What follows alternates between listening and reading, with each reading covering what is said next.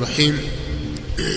الحمد لله رب العالمين، والصلاة والسلام على أشرف الأنبياء والمرسلين نبينا محمد وعلى آله وصحابته أجمعين والتابعين لهم بإحسان إلى يوم الدين وسلم تسليما كثيرا. أما بعد، leo kwa idhini ya Allah subhanahu wa ta'ala tutakuwa na majlisi ya mwisho ya darasa yetu ya hadithi kupitia kitabu Matn al-40 an-Nawawiyya cha al-Imam Abu Zakaria Yahya ibn Sharaf an-Nawawi rahimahullahu ta'ala.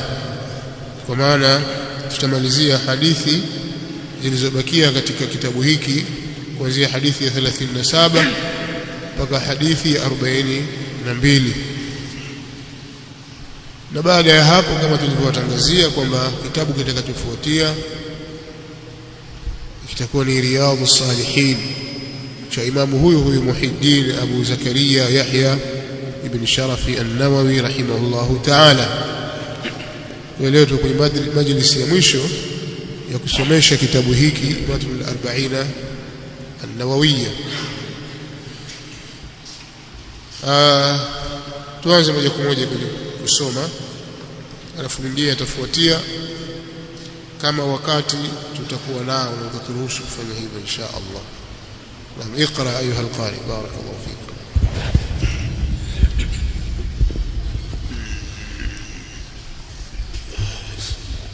Bismillahir rahmanir rahim.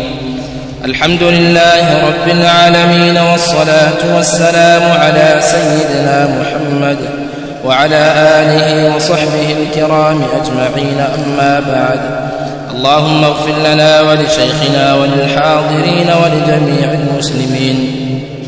قال الإمام محي الدين يحيى بن شرف النووي رحمه الله تعالى: الحديث 37 عن ابن عباس رضي الله تعالى عنهما عن رسول الله صلى الله عليه وسلم فيما يرويه عن ربه تبارك وتعالى قال: إن الله كتب الحسنات والسيئات ثم بين ذلك، فمن هم بحسنة فلم يعملها كتبها الله عنده حسنة كاملة، وإن هم بها فعملها كتبها الله عنده 10 حسنات إلى 700 ضعف إلى أضعاف كثيرة، وإن هم بسيئة فلم يعملها كتبها الله عنده حسنة كاملة، وإن هم بها فعملها كتبها الله سيئة واحدة. رواه البخاري ومسلم في صحيحيهما بهذه الحروف. فانظر يا أخي وفقنا الله وإياك إلى عظيم لطف الله تعالى، وتأمل هذه الألفاظ. وقوله عنده إشارة إلى الاعتناء بها، وقوله كاملة للتأكيد وشدة الاعتناء بها. وقال في السيئة التي هم بها ثم تركها كتبها الله عنده حسنة كاملة، فأكدها بكاملة. وإن عملها كتبها سيئة واحدة، فأكد تقليلها بواحدة ولم يؤكدها بكاملة. فلله الحمد والمنة، سبحانه لا نحصي ثناء عليه، وبالله التوفيق. نعم. الحديث 37 حديث 37. hadithi hii ni katika hadithi kubwa vile vile. Wamesema ashurah wenye kusherehesha hadithi hii, hadha hadithun sharifun adhim, hii ni hadithi tukufu tena hadithi kubwa. Bayyana fihi an-nabiy sallallahu alayhi wasallam miqdara تفضل الله عز وجل على خلقه. amebainisha katika hadithi hiyo Mtume sallallahu alayhi wasallam miqdari, kiasi cha kufadhilisha Allah azza wa jalla, namna alivyowafadhilisha viumbe wake. lakini wafihi min at-targhib al-azim fi fadli Allah al-amim wa rahmatihi al-wasi'a allati wasi'at kull shay. kuna ndani yake kuraghibisha kukubwa katika kupupia fadhila za Allah zenye kuenea na rahma zake zilizopana ambazo zimeenea kila kitu au zimekienea kila kitu. Kama annahu yab'athu fi nufusi almukallafin al-amal al-mushriq, kama vile ambavyo hadithi hii inafufua katika nafsi za mukallafin matumaini yenye kutoa nuru, wayadfa'uha lil'amali salih, na inazisukuma nafsi hizo kwenye kutenda amali njema, wa kasbi thawabi alladhi fihi an-najatu fi al-akhirah, na kuchuma thawabu ambazo kuna ndani yake kuokoka huko akhirah, was-sa'adatu fi dunya, na kuna wema katika dunia, was-sa'adatu fi dunya, na kuna wema katika dunia. Fama ajwadaha min hadithin litarghibi alqanitin min rahmatillah, si uzuri ulioje huo wa hadithi kwa kule kuraghibisha, kuwapendezesha wenye kukupuka, wenye kukata tamaa na rehema ya Allah azza wa jalla. Kwa hiyo hadithi hii ni kama alivyosema al-Imam an-Nawawi rahimahullah ta'ala. Tutayasema maneno yake, tutasoma maneno yake baada ya kuisoma hadithi. Yaqul an Ibn Abbas radiyallahu anhuma, napokewa kutoka kwa Ibn Abbas radiyallahu anhuma an Rasulillah sallallahu alayhi wasallam, kutoka kwa mtume wa Allah sallallahu alayhi wasallam, fima, katika yale ambayo au katika zile ambazo, katika yale ambayo yarwihi an rabbi, anayapokea kutoka kwa Mola wake tabaraka, hali ya kuwa amezidi khairi au hali ya kuwa ni mwenye baraka, wa ta'ala, na hali ya kuwa ametukuka. Amesema nini Mola wake? Qal, amesema Allah azza wa jalla, inna Allah kataba alhasanati was-sayyi'at, hakika Allah azza wa jalla amekadiria mema na maovu. Inna Allah kataba alhasanati was-sayyi'at, hakika Allah amekadiria mema na maovu. Pia unaweza kusema amethibitisha mambo mema na mambo maovu, yani kataba wuqu'aha wa kataba thawabaha, fahiya waqi'atun biqada'i Allahi wa qadarihi almaktubi fi al-lawhi al-mahfuz. Kwa hakika Allah amekadiria mema na amekadiria maovu. Thumma bayyana dhalika, kisha akayabainisha hayo, ay fassalahu, abainisha hilo. Ubainifu wenyewe uko vipi? Faman hamma bihasanatin, mwenye kulikusudia jambo jema. Faman hamma bihasanatin, mwenye kulikusudia jambo jema, falam ya'malha, kisha asilitende, katabaha Allahu indahu hasanatan kamila, ataliandika hilo jema, hilo alilokusudia Allah, ataliandika hilo Allah mbele zake kuwa ni jema kamili, taandikiwa kamili kabisa. Sawa.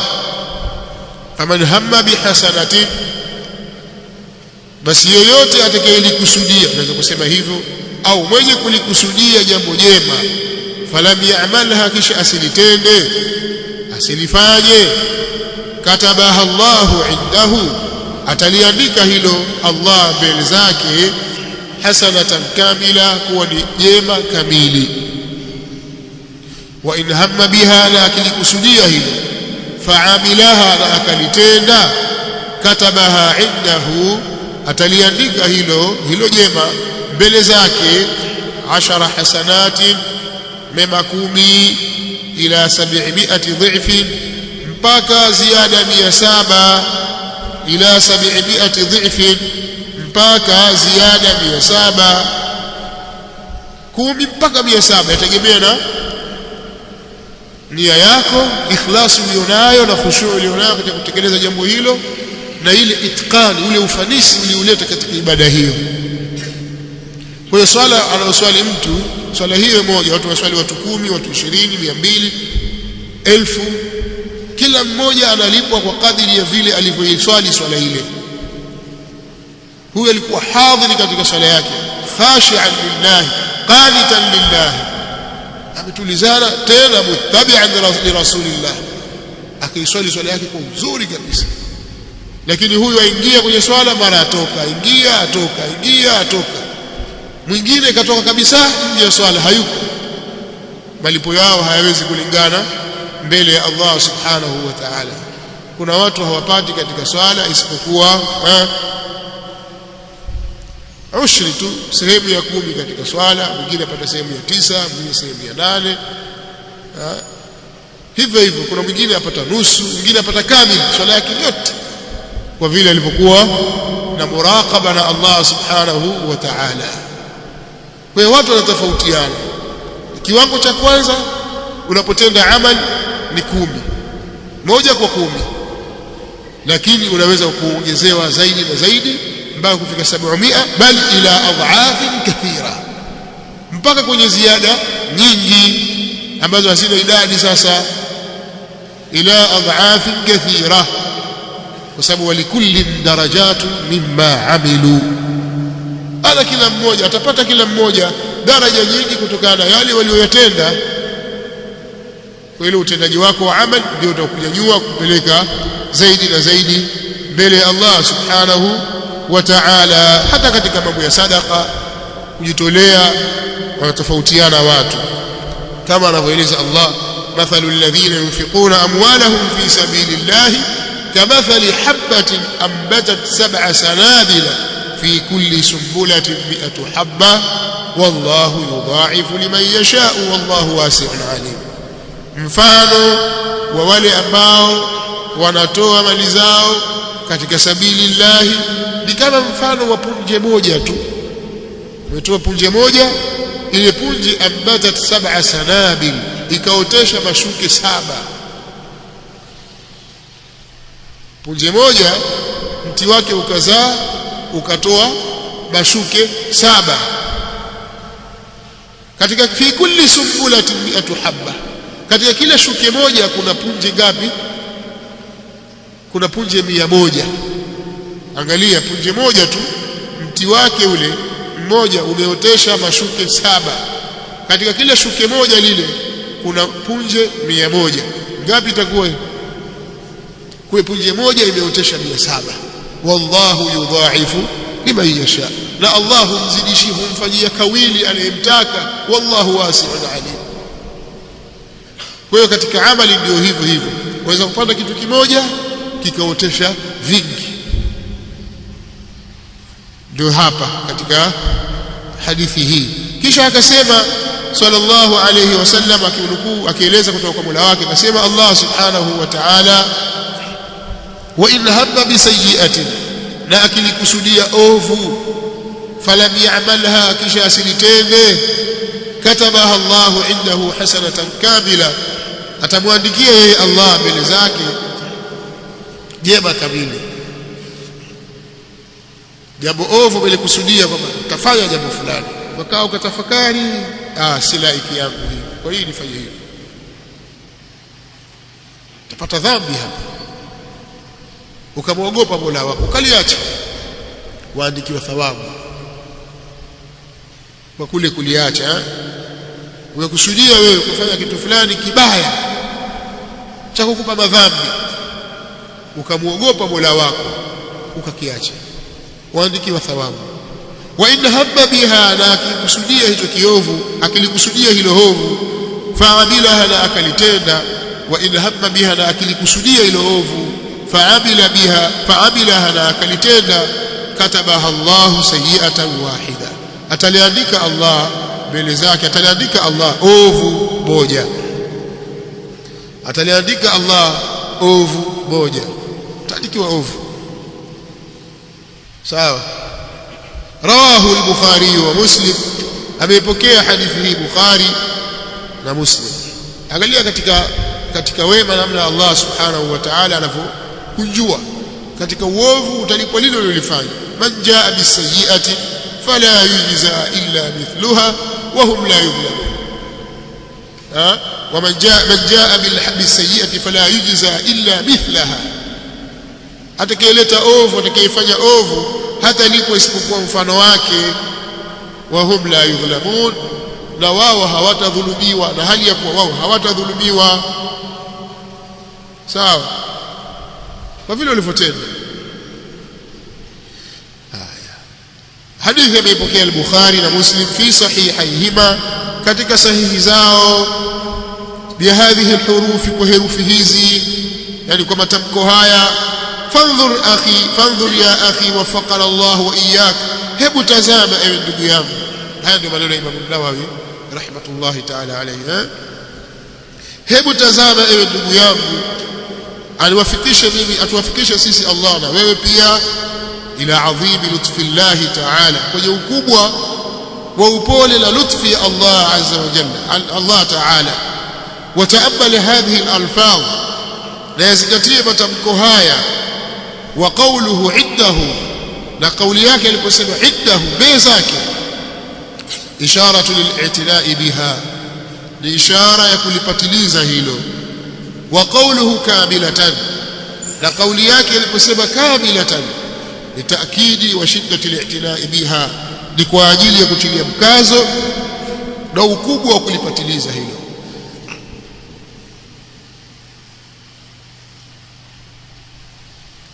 Waqala fi as-sayyi'a, na akasema katika as-sayyi'a, alipozungumzia jambo baya, jambo ovu, allati hamma biha, bali amelikusudia yeye.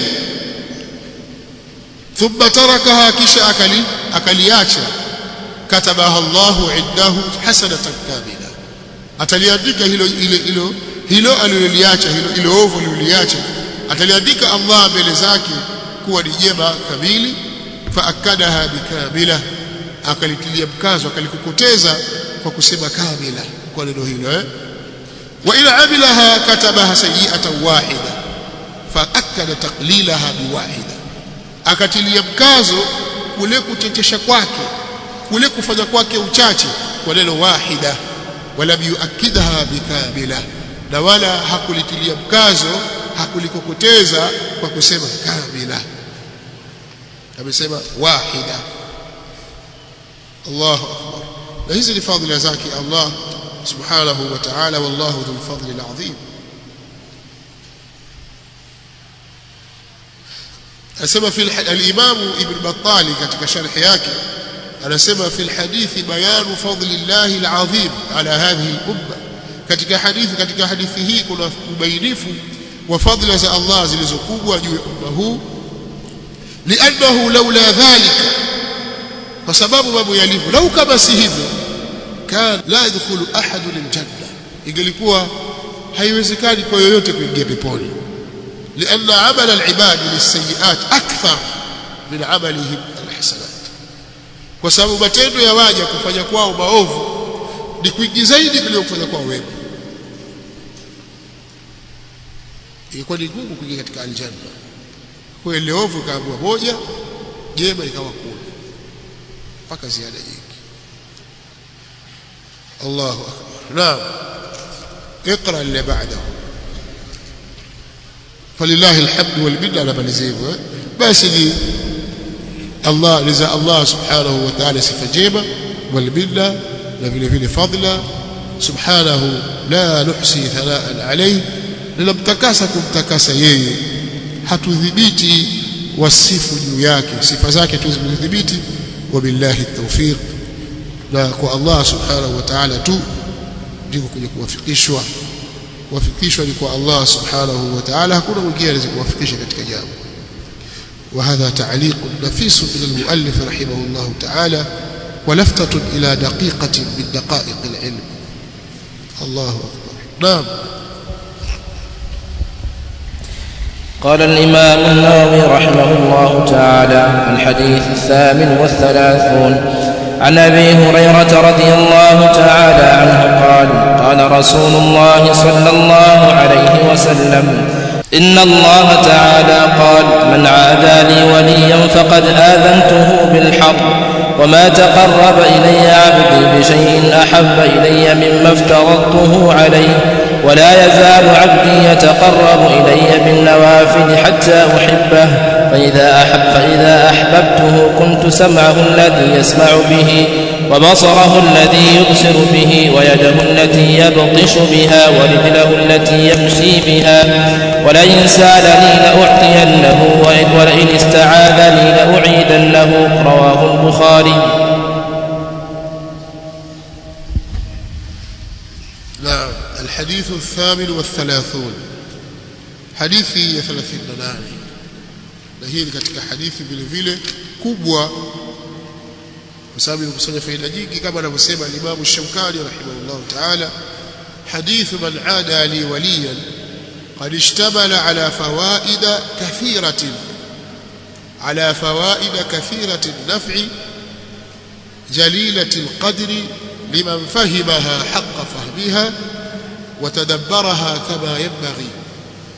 Hadithi ya man aada li waliyan imekusanya faida nyingi zenye manufaa ala fawaida kathirati naf'i, juu faida zenye manufaa nyingi, jalilatil qadri, zenye utukufu wa cheo, faida ambazo zina utukufu kwa cheo, liman fahimaha haqqa fahmiha, kwa yule ambaye amezifahamu ukweli na haki ya kuzifahamu, watadabbaraha, na akazizingatia kama yabaghi, kama inapotakikana. Anasema an Abi Hurairah radhiyallahu anhu qala, imepokewa kutoka kwa Abu Hurairah radhiyallahu anhu amesema qala Rasulullah sallallahu alayhi wasallam, amesema mtume wa Allah sallallahu alayhi wasallam, inna Allah ta'ala qala, hakika Allah hali yakuwa ametukuka amesema. Kwa itakuwa nayo ni hadithun qudsiyun. هذه صيغة من صيغ الرواية في الحديث القدسي فيما يرويه النبي صلى الله عليه وسلم عن ربه. amesema nini Allah? Man aada li waliyan, yoyote mwenye kuhasibiana na mpenzi wangu, yoyote mwenye kuhasibiana na mpenzi wangu, faqad adhantuhu bilharbi, basi hakika nimemtangazia vita. Yoyote mwenye kufanyiana uadui na mpenzi wangu, mwenye kuhasibiana na mpenzi wangu, yani kipenzi changu, kipenzi cha Allah subhanahu wa ta'ala, faqad adhantuhu bilharb, basi nimemtangazia vita. Hilo jambo la kwanza. Jambo jingine kwenye hadithi hii anasema, wama taqarraba ilayya 'abdi bi shay'in ahabba ilayya, wama taqarraba ilayya 'abdi, na hajajikurubisha kwa mimi mja wangu, bi shay'in, kwa jambo lolote, ahabba ilayya, linalopendeza zaidi kwangu mimi, mimma aftaratuhu alayhi, kuliko lile ambalo nimefaradhishia juu yake. Mwanadamu hajawahi kujikurubisha kwangu mimi kwa jambo lolote lile ambalo mimi nalipenda zaidi ya kufanya lile ambalo nimemfaradhishia. Kwa hiyo katika mambo ambayo Allah subhanahu wa ta'ala anayapenda sana, na mambo hayo yatakuweka karibu na kukusogeza kwa Allah subhanahu wa ta'ala, ni yale mambo aliyofaradhisha. Kwa hiyo wama taqarraba ilayya 'abdi, na hajajikurubisha kwangu mimi mja wangu, bishai'in, kwa jambo lolote lile, ahabba ilayya, linalopendeza zaidi kwangu mimi, mimma aftaratuhu alayhi, kuliko lile ambalo nimemfaradhishia juu yake. Hili jambo la pili. Wala yazalu 'abdi yataqarrabu ilayya bin nawafil hatta uhibba, na hata acha kuwa mja wangu anajikurubisha kwangu mimi kwa sunna mpaka ninampenda. Kwa jambo la kwanza inazungumzia suala la mtu kumfanyia uadui kipenzi cha Allah. Jambo la pili, ili uwe mpenzi wa Allah subhanahu wa ta'ala, basi watakiwa ujikurubishe kwake kwa kuyafanya mambo aliyoyafaradhisha, na ili uwe mpenzi zaidi, basi ufanye yale ambayo ameyasunisha, yani sunna katika nawafil. Wala yazalu 'abdi yataqarrabu ilayya, na hata acha kuwa mja wangu anajikurubisha kwangu bil nawafil, kwa sunna, hatta uhibbahu, mpaka nitampenda. Fa idha ahbabtuhu, malipo sasa hayo nitakapompenda, nikiwa nimempenda sasa, kuntu sam'ahu alladhi yasma'u bihi, nitakuwa mimi ndio usikivu wake ambao anasikiza kwa usikivu huo. Kuntu sam'ahu, nitakuwa ndio usikivu wake, alladhi ambao yasma'u bihi, anasikiliza kwa usikizi huo. Wa basarahu, na uoni wake, alladhi ambao yubsiru bihi, anaona kwa uoni huo. Wa yadahu, na mkono wake, allati ambao yabtishu biha, anakamata kwa mkono huo. Wa rijlahu, na mguu wake, allati ambao yamshi biha, anatembea kwa mguu huo. Kwa maana wafaqahu Allahu jalla wa ala wa saddadahu, Allah atamwafikisha yeye na atamfanyia usawa fi qawlihi wa fi'lihi, katika kauli yake na kitendo chake. Wayassara lahu istimala hadhihi ni'am, na atamfanyia wepesi kuzitumia neema hizi, fima yurdhihi jalla wa ala, katika yale ambayo yanamridhisha yeye jalla wa ala.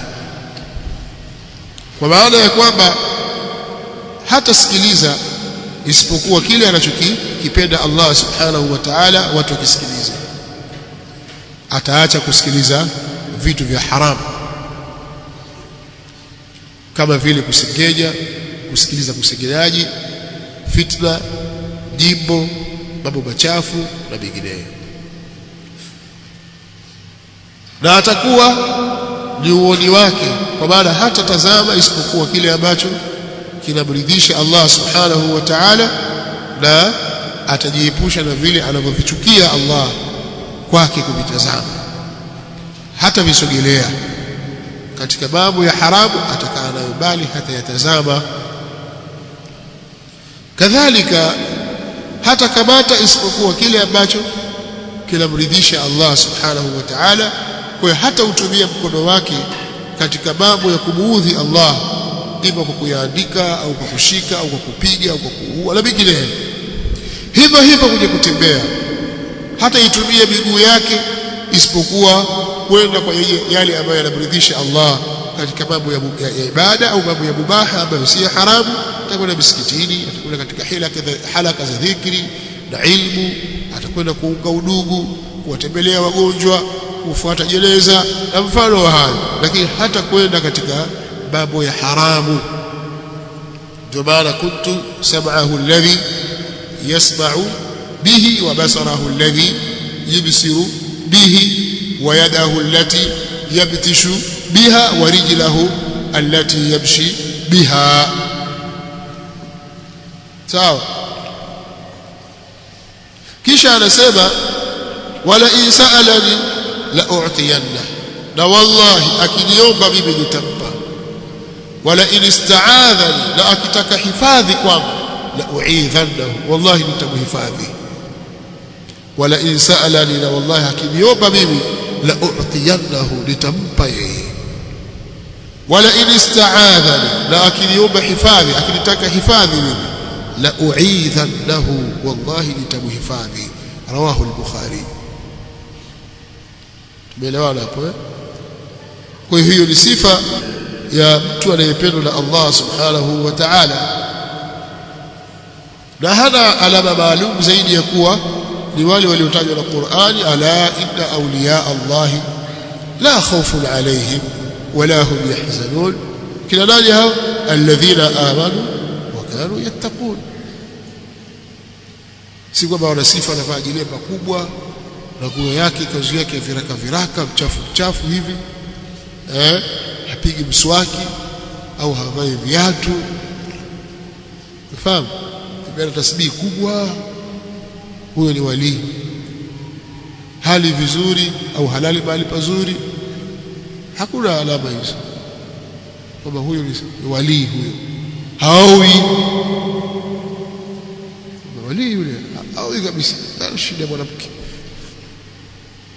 Kuna sifa ambazo watu wanazipanga wakawapa kwamba hao ndio mawali. Sio hivyo, tofauti kabisa. Masufi wanafanya hivyo wanaeleza, mashekhe wao wa kisufi wana maneno makubwa, kina Abu Yazid al-Bustami wana maneno mabaya kabisa katika jambo hili la uwali, mpaka wanafadhilisha uwali juu ya utume. Abu Yazid al-Bustami anasema khudha bahran waqafa al-anbiya bisahili, sisi tumeingia kwenye bahari ambayo mitume wenyewe wamesimama kwenye ufuko wake, hawawezi kuingia bahari hiyo. Na mmoja katika wao anasema maqamu nubuwati fi barzakh, maqamu ya utume na nafasi ya utume huko barzakh, fuwaiqa ar-rasul wa duna al-wali, juu kidogo ya rasuli na chini ya uwali. Juu kidogo ya utume na chini ya uwali, kwa maana kwamba nafasi ya utume huko barzakh iko baina wasat baina ar-rusuli wa duna al-wali. Wali uko juu, alafu ndio unabii, alafu rusul. Kwa hiyo an-nabii indahum ahsan min ar-rusul wan-nabii war-rasul duna al-wali. Si kweli maneno hayo, maneno ya uongo kabisa, si maneno ya sawa sawa. Yanafanana na yale maneno ya Mashia ya kwamba maimamu wao ni bora kuliko mitume. Masufi na Mashia ni ndugu, baba mmoja mama mbalimbali, hawatofautiani sana katika mambo. Tumefahamu? Kwa hiyo hakuna alama maalum ya kwamba huyu ni wali kwa yale ambao wamechagua watu. Sawa? Bali wali ni imani na takwa Allah azza wa jalla, na hasa kutekeleza faradhi na kusimama katika nawafil na kujiepusha na yale ambayo ameyakataza Allah subhanahu wa ta'ala, na kujiweka karibu na yale aliyoyaamrisha Allah subhanahu wa ta'ala. Pia hadithi hii ina mambo mengi katika masala ya asma wa sifat, ni katika shubha, lakini insha Allah tutasoma katika alqawaid almuthla. Sheikh Muhammad bin Salih al-Uthaymeen ameitaja jambo hili kama mfano na zile shubha zao amezijibu. Lakini katika faida ya kusimama katika taa ni kuwa mtu mujabu da'wa, ni mwenye kukubaliwa maombi yake pale atakapoomba. فليؤذن المؤذن ثم ناخذ الحديث التاسع والثلاثين. قال رحمه الله تعالى: الحديث التاسع والثلاثون. lakini عفوا kabla mjaendelea, kuna faida Sheikh Saleh Ali Sheikh ametaja kuhusiana na hadithi hii,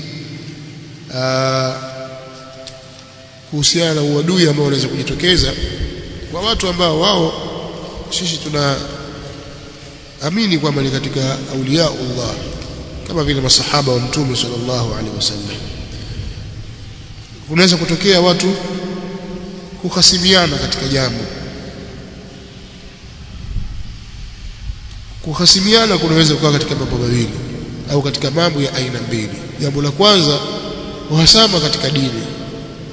Jambo la pili, uhasama katika mambo ya kidunia. Sasa mtu atakapokuwa anamfanyia husuma wali wa yuadihi katika jambo ambalo kwa ile dini alionayo, bila shaka huyo ataingia katika haya yanayoeleza Allah subhanahu wa ta'ala katika hadithi ya hadithu al-Qudsi. Al-hadithu al-Qudsi: man aada li waliyan faqad adhantuhu bil harb. Mtu anakupiga vita kwa sababu ya msimamo ulionao wa haki. Tunatia msimamo wenu hapa na dini yenu hapa, akupiga vita kwenye hilo, ataingia katika hili maadamu wewe ni katika vipenzi wa Allah. Ama katika mambo ya kilimwengu inaweza kupatikana husumati kwa ajili ya dunia. Sasa hapa kuna tafsiri, kuna upambanuzi katika hili. Kama husuma imetokea, magombea ardhi, magombea jambo fulani, heshima fulani, kuna fulani, vitu kama hivyo za kujitokeza, huyu kamtukana huyu, kama hilo katika hizo husuma za mambo binafsi na mambo ya kilimwengu halipelekei kwenye baghdha, basi hakuna neno. Inaweza kutokea na mwenye haki atapewa haki yake, na kama itapelekea kwenye baghdha, basi yukhsha ala sahibihi an yadkhula fi hadha alhadith. Itapelekea mpaka kwenye baghdha, mpaka ukawamchukia yule, kwa sababu sisi tunajua kwamba saadatul awliya fi hadhihi al-umma waqa'at bainahum khusumat.